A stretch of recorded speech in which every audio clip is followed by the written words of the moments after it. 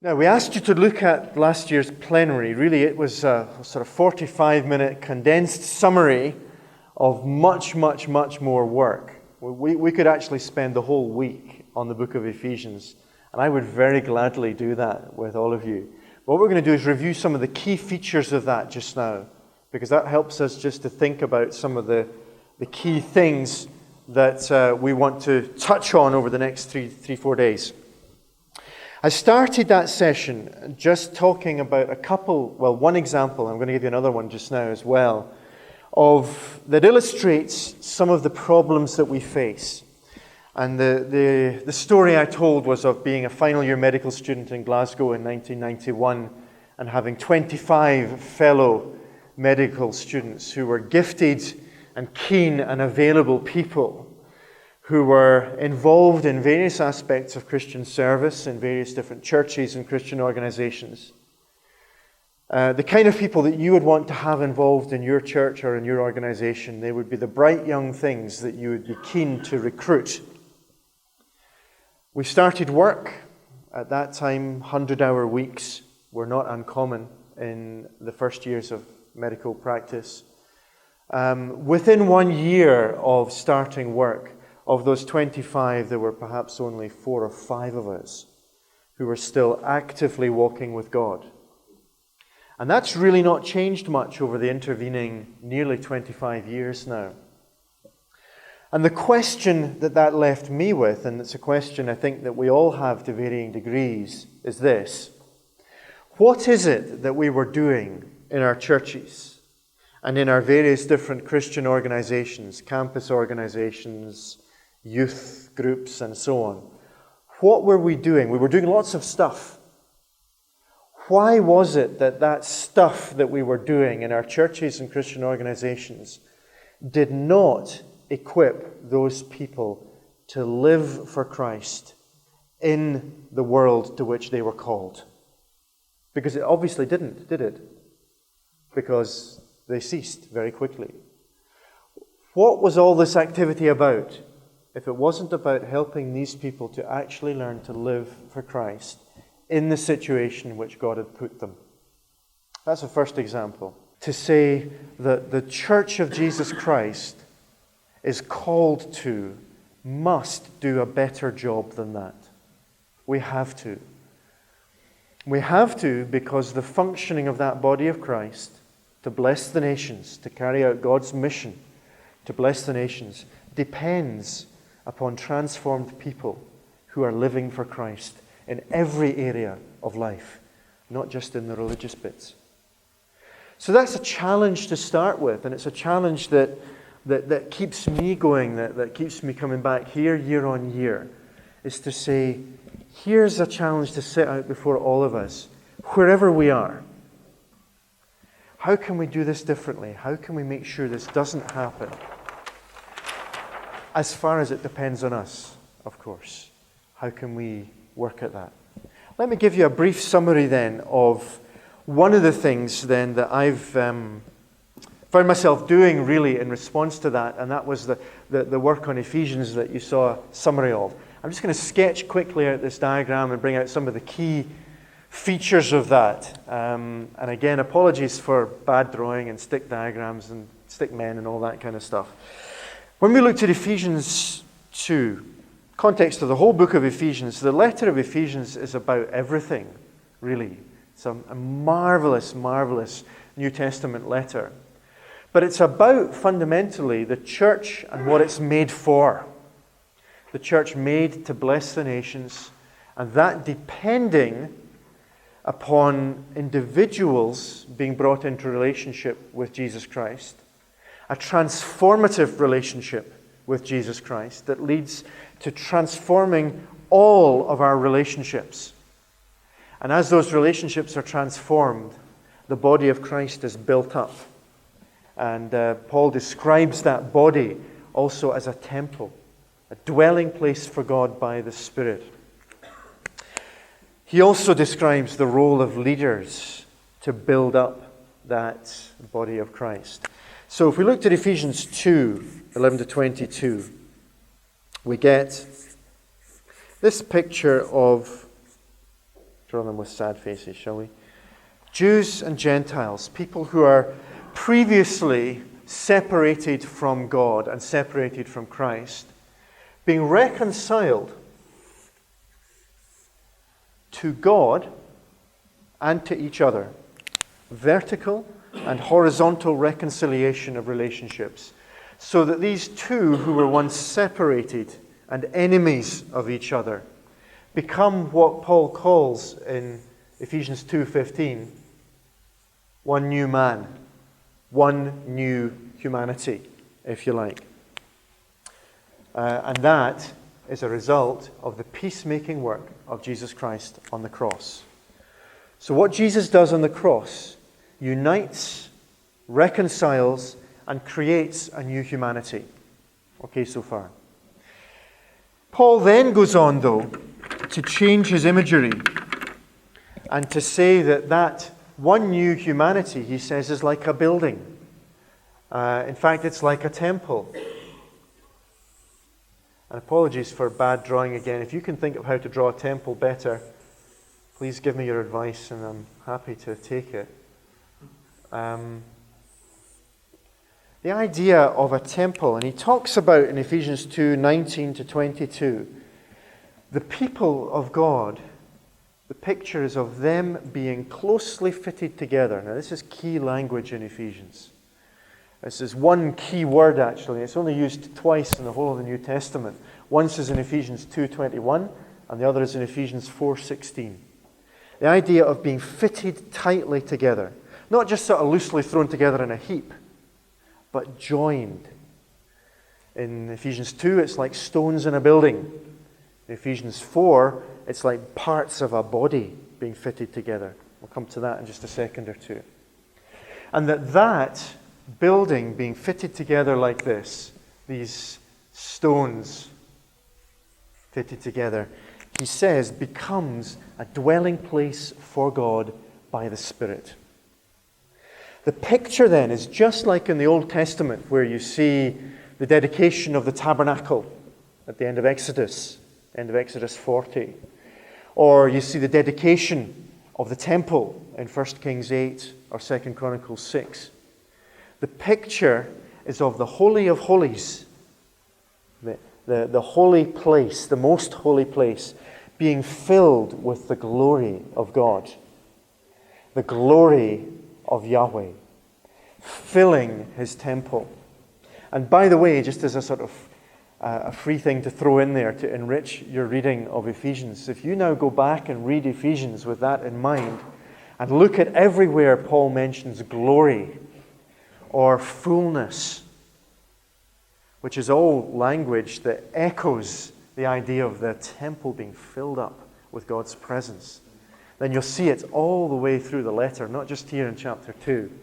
But the picture then is of a new temple of people with God's presence, no longer in Jerusalem, in a stone temple, but rather wherever God's people are being built together to form this dwelling place for God by the Spirit. So that idea, it's a simple idea to grasp hold of, but very profound in its implications. Because the way that Paul describes this, and we've not got time to go into it, if anyone wants to talk to me more about this, I will bore you to tears for hours on end about what Paul does here. Because what he does is so beautiful. He takes these Old Testament texts from Isaiah 53, Isaiah 57, 52 rather, Isaiah 59, from Isaiah 2, from Zechariah 6, possibly from Ezekiel 37 as well. He takes all of these, plus the Old Testament concepts of temple and covenant, and he winds them all together. He pulls together all of these different threads, and then he braids them together. And the significance of all of the Old Testament texts that he uses to describe this process of the building of a new temple is that they're all texts that address the question of the Gentiles, the nations coming to God's dwelling place in order to worship Yahweh. So Paul describes the building of this not for its own sake. but so that the nations can be blessed. To put it another way, of course, in the Old Testament, the picture is of people coming to this. In the New Testament, the picture is of this expanding out the way, isn't it? But to put it another way, Paul uses all these texts that basically are about God's mission to bless the nations and his fulfillment of his promise to Abraham. In you, all the families of the earth will be blessed. So this means that we have this process here of discipleship, if we want to label it as that. People coming to Christ, being built together to take their part in this body, and that's inseparable from the idea of mission. And we're going to see that even more clearly in the second half of this morning when we come to Luke chapter 9. That's one of the key ideas here, actually. Discipleship and mission, absolutely inseparable. Okay, so far. Let me move a wee bit more quickly just to, because you probably heard, or you might have heard, Jay's nodding vigorously because he's heard this so often. He's saying, move quicker. Get a move on. Now, that's all clear so far. Discipleship, mission related. This is what the peacemaking work of Jesus does on the cross. In chapter 4 of Ephesians, though, the picture reverts once more to the idea of the body. And there, the fitting together is not stones, but parts of a body. Joints, ligaments, sinews, and so on that are holding a body together. The key thing that's said in Ephesians 4:16 is that holding together, that building together of the body, comes about as each of these parts does what it's made to do. That's what Ephesians 4:16 says. Now that's a very interesting idea. It's basically saying the building of this body depends on each part of the body doing what God made it to do. Okay? Again, easy idea. Lots of practical implications of that. It means that every part of the body is important, for example. As Francis Schaeffer said famously, there are no little people. There are no insignificant people in the body of Christ. And then that alone we could talk about for the next 4 days because we get this wrong so often. In fact, maybe let me just say something about a conference like this. There are no insignificant people, which means that the big name speakers are no more significant than the person who's here for the first time thinking, why am I here? I don't belong in this kind of a place. Let's be people, therefore, who practice this by looking out for each other and not just worshipping the guys on the podium. Let's practice this week. Every part of the body of Christ has a role to play in order for that whole body to do what it's made to do. And this is the thing that Ephesians 4:11-16 then makes clear. That each part doing what it's made to do depends upon, and those I'm just simply going to call leaders, ducking the question of what's meant in Ephesians 4:11 by apostles, prophets, evangelists, pastors, teachers, whether that's 5 categories, whether it's 4. I don't think Paul's so concerned to give us a detailed taxonomy or description of the different leadership gifts there. I think what he's concerned to do is to tell us what they're for, what they're meant to do. And if we know what they're meant to do, we get a picture of what that should look like. And Paul says clearly what they're meant to do is to equip God's people for the work of service. To equip each of God's people to take their part in this body.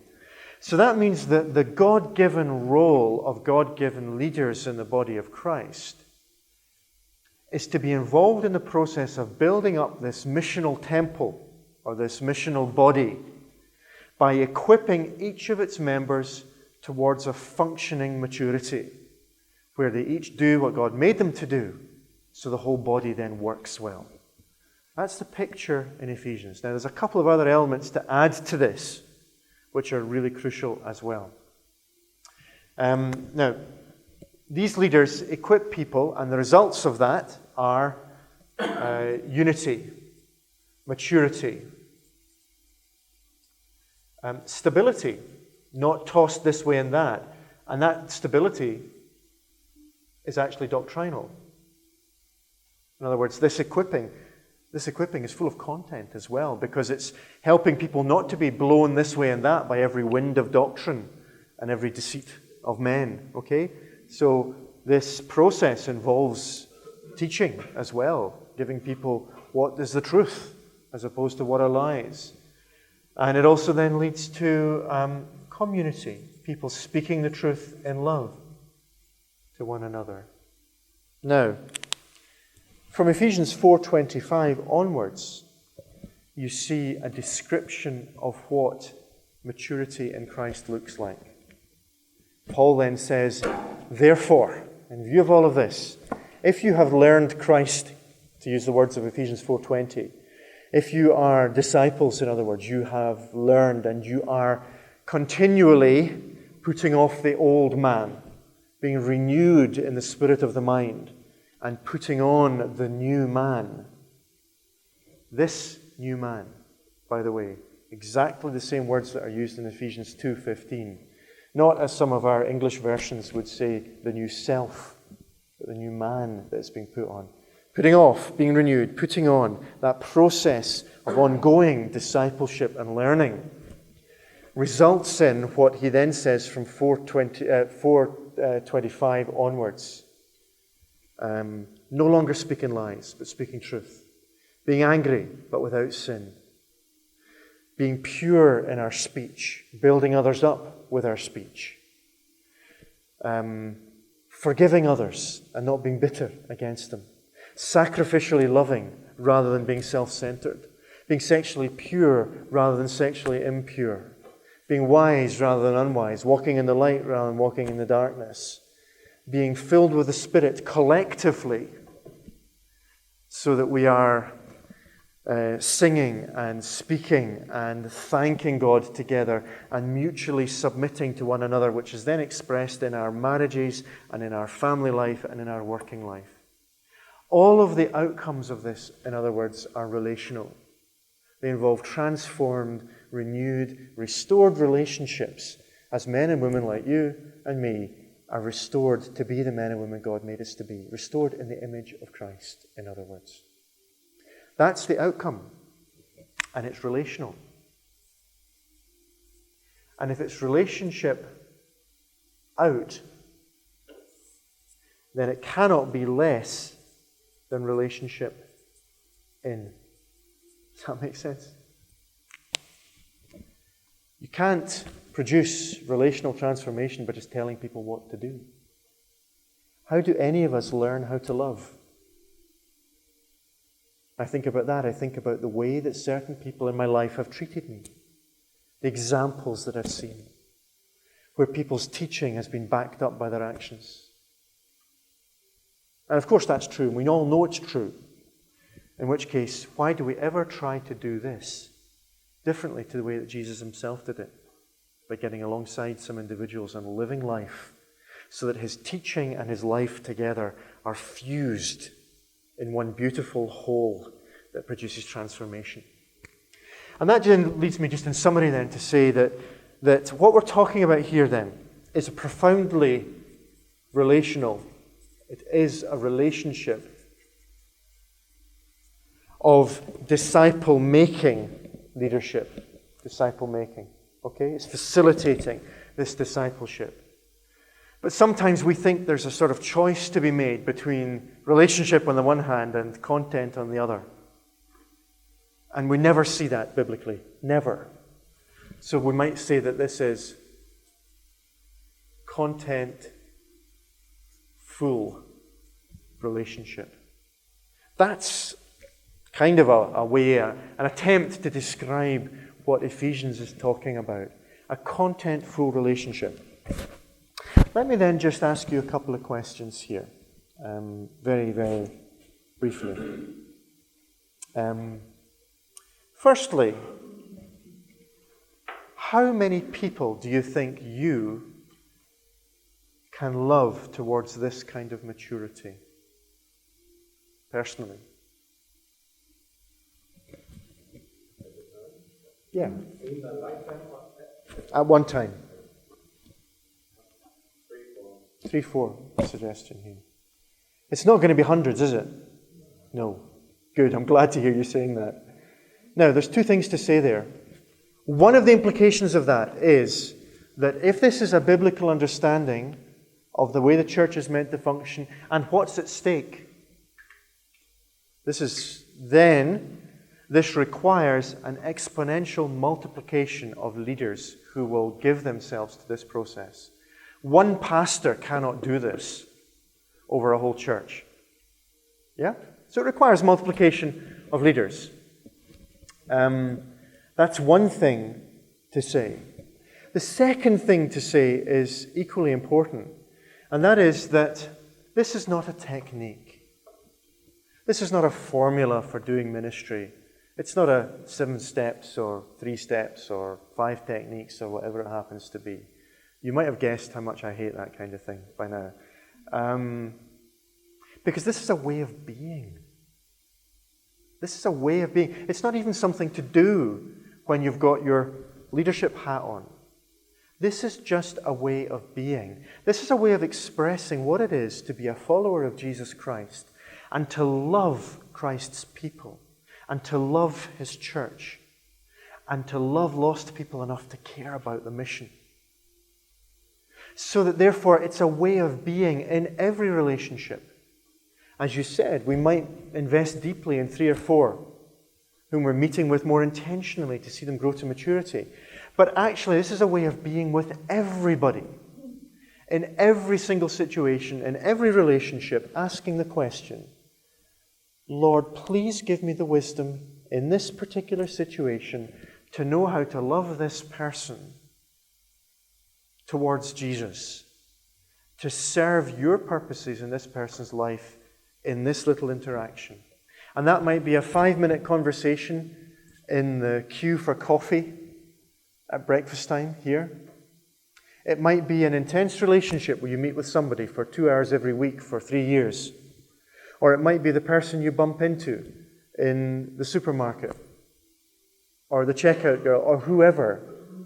It doesn't matter because there's a way of being. Constantly saying, Lord, how may I serve your purposes in this person's life? Does this make sense? So this is just to create a sense that this is what we're about. And when we talk about disciple-making leadership, this is the picture that's driving that.